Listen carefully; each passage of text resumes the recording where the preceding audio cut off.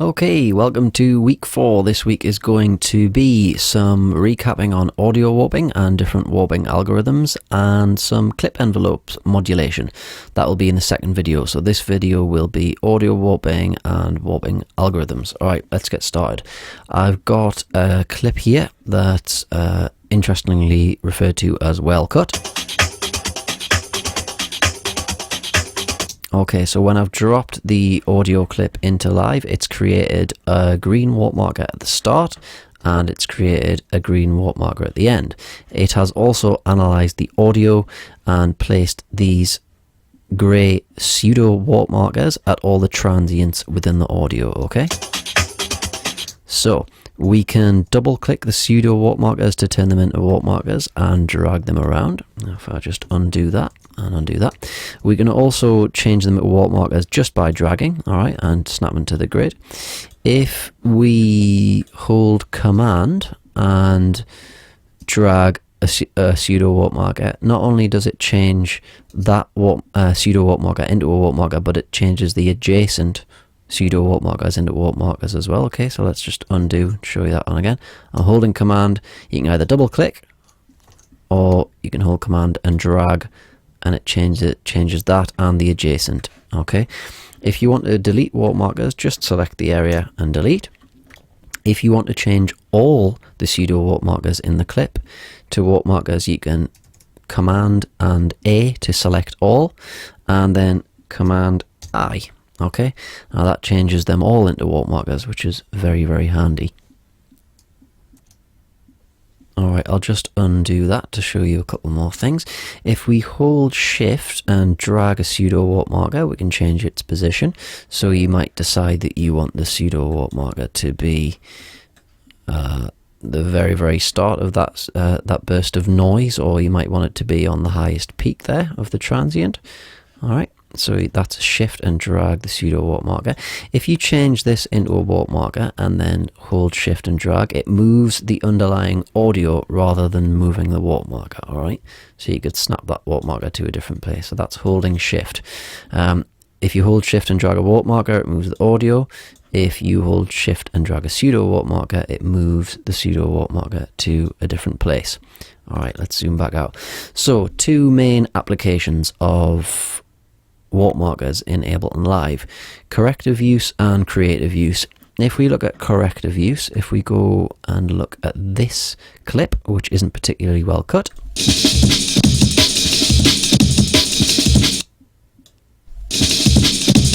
alright, so that was the way the clip was when I imported it into live. It's not particularly well cut, so usually a counting exercise to count where you think the phrase begins and when it gets to the end of a bar.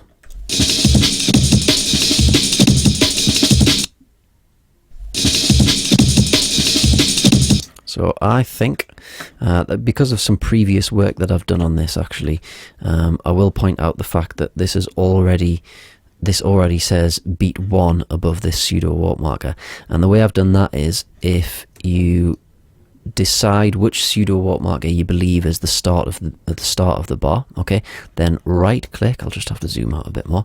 Right click and set 1.1.1 from here, so that shifts the start marker and this beat reference to align to the new pseudo warp marker. Now I believe it was this one, so let's just shift that back to be there. All right. You also need to move the loop brace, bear in mind. I'll just get rid of this warp marker. You also need to move the loop brace if you want to create a loop. So let's just slow this down a bit, actually, make life a little bit easier. We'll have the metronome as well. So I think this is the start of the next bar. Let's just give that a listen.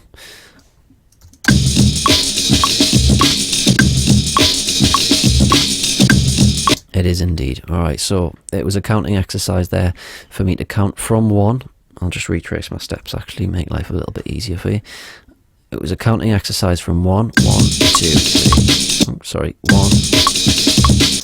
That is impossible to do 2 different counts at once. So I'm going to turn the metronome off and just count along to the beat. 1, 2, 3, 4. 1, 2, 3, 4. Alright, okay, so maybe 1, 2, 3, 4, 1. So that's the second bar there. 1, 2, 3, 4. 1, 2, 3, 4. And maybe that could be the 4 of the second bar. Anyhow, this is definitely the first beat of the next bar. So let's just drag that out to 2. Select Command L for the loop. Alright, so that's correctively altering a loop. So let's have a look at the different warping algorithms that Live lets you use. Well, what have we got? Let's just turn envelopes off for now. We've got a list of 6. Oh, come on. We've got beats, tones, texture, repitch, complex, and complex pro. Beats is advised to use with information that has strong transients, so something like a drum loop, i.e. this. Alright, it will normally default to be, look, something like that, so.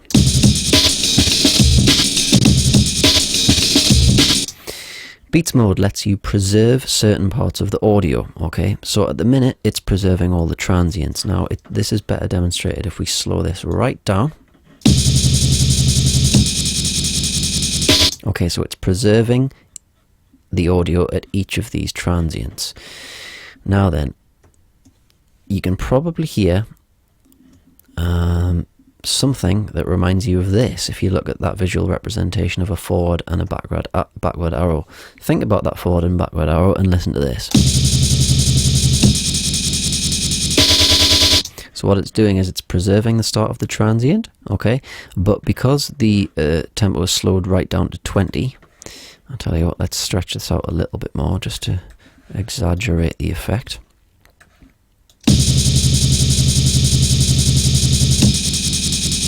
Alright, because it's stretched all the way out, it can only play back a very short section of audio before it has to start repeating itself, otherwise it's just going to be silence.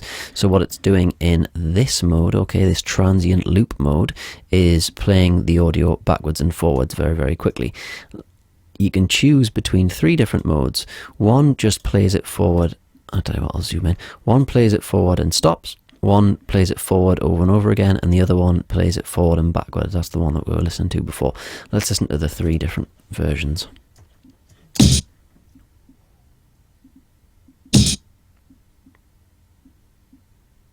Alright, so remember, it's just preserving the transients here, but that's just playing it forward once and stopping. This one is forward over and over again. Okay, that one's forward over and over again, and this one forward and backwards.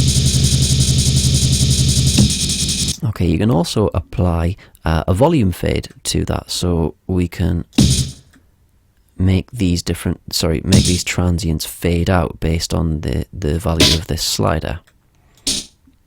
We'll speed up the tempo a little bit.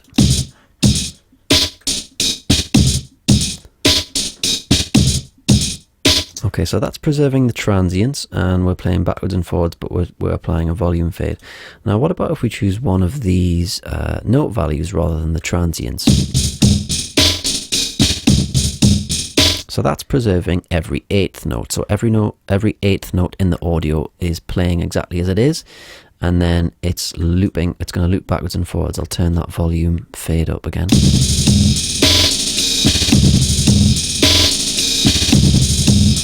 Just switch the metronome on. So this is 8th notes, quarter notes,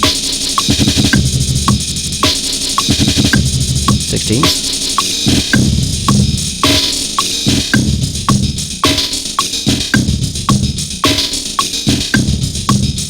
Alright, so that's pretty cool. A lot of creative control based on preserving different amounts of the original audio, choosing what your loop mode is, so how the underlying audio is going to be looped to fill in the gaps.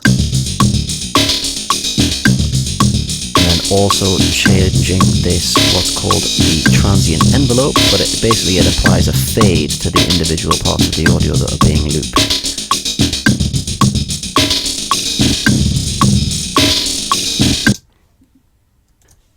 Okay, so that's beats mode. What about tones then? Tones is advised to be used with monophonic audio material. So let's have a listen to this.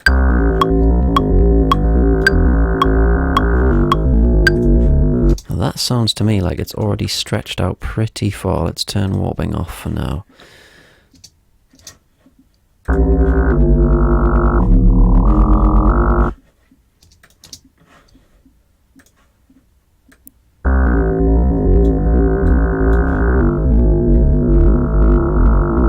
Okay, so it's a monophonic material, a monophonic bass line there.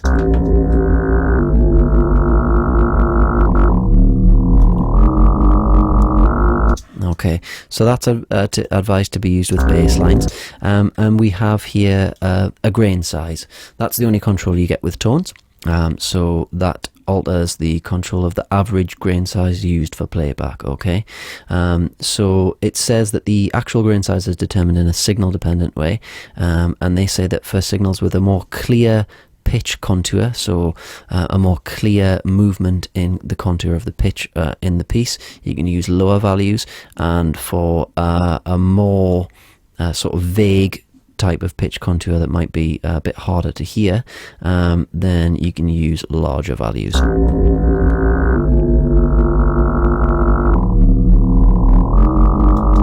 I usually find that that's best to just for creative control rather than any type of corrective sort of application. Okay, the next warping algorithm we've got is texture. Okay, so that's to be used with polyphonic material like a full track like we've got here. If I stretch this out a little bit,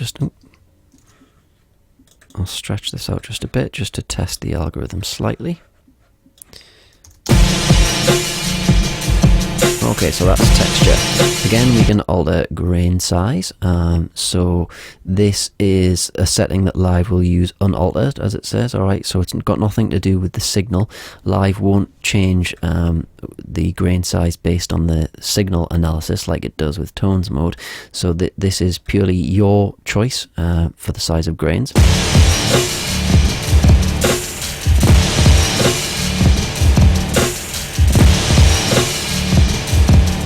Alright, so you can change the grain size, and also you get a flux, so that'll introduce a randomness into the processing of the sample.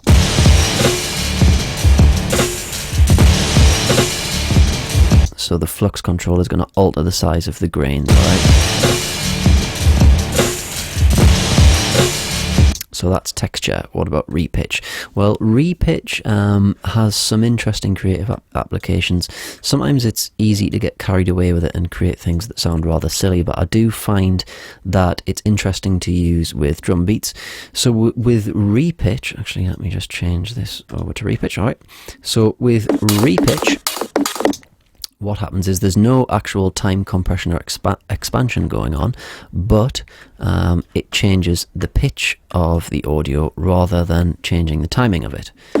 Sorry, not rather than changing the timing of it. It does no time or time compression or expansion. It just changes the pitch based on where you place the individual transients. Okay, so let's just, I'll tell you what. Actually, I'm going to select all of that and press Command I to change all of those pseudo warp markers into proper warp markers. I'll find that if you reposition some of these beats, then you can get some interesting... excuse me, there we go, that's what I was looking for. That's far too fast, so I'll slow it down a bit. Okay, so no time or compression expansion, but it's going to change the pitch based on the length of time between one transient and the next.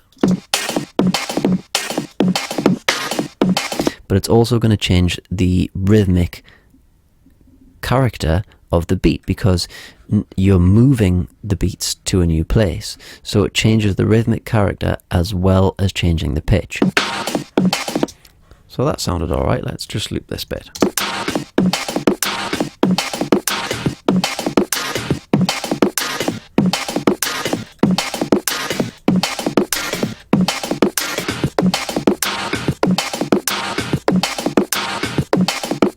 Okay, so because this is stretched out a lot before it gets to the next transient, it's lower in pitch.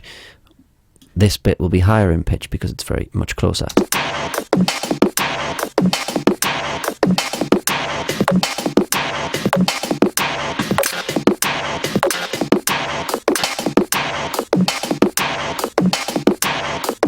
Okay, so no time or compression expansion, but a change in pitch based on the space in between the different transients. Okay, so that's repitch mode. The last two, i.e. Complex and Complex Pro, are usually reserved for full tracks, so a track that you might be DJing with.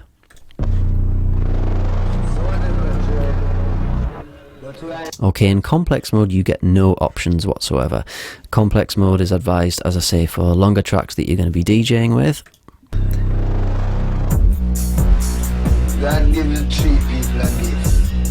Okay, so if you're a DJ and you're loading longer tracks in, probably use complex mode to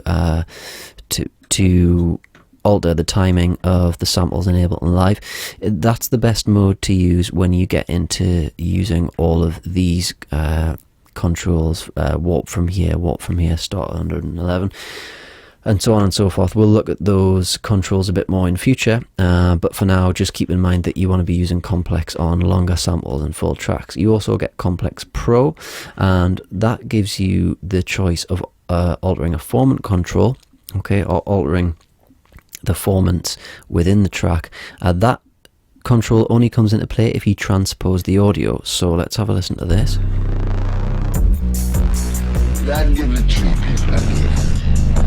So that's transposed down.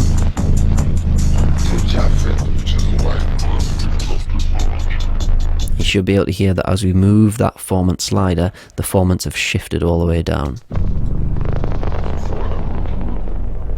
It sounds, actually, you can tell a bit better if it's up here, so let's just loop it up here.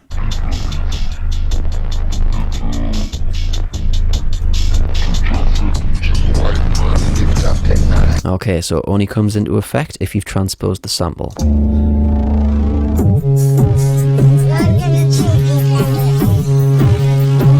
You also get an envelope control, alright, so that's gonna filter the spectral characteristics of the sample, alright, okay, so they advise to leave it on about roughly in 128 in the middle for most things, but if you've got high pitched samples you can bring it down to the bottom.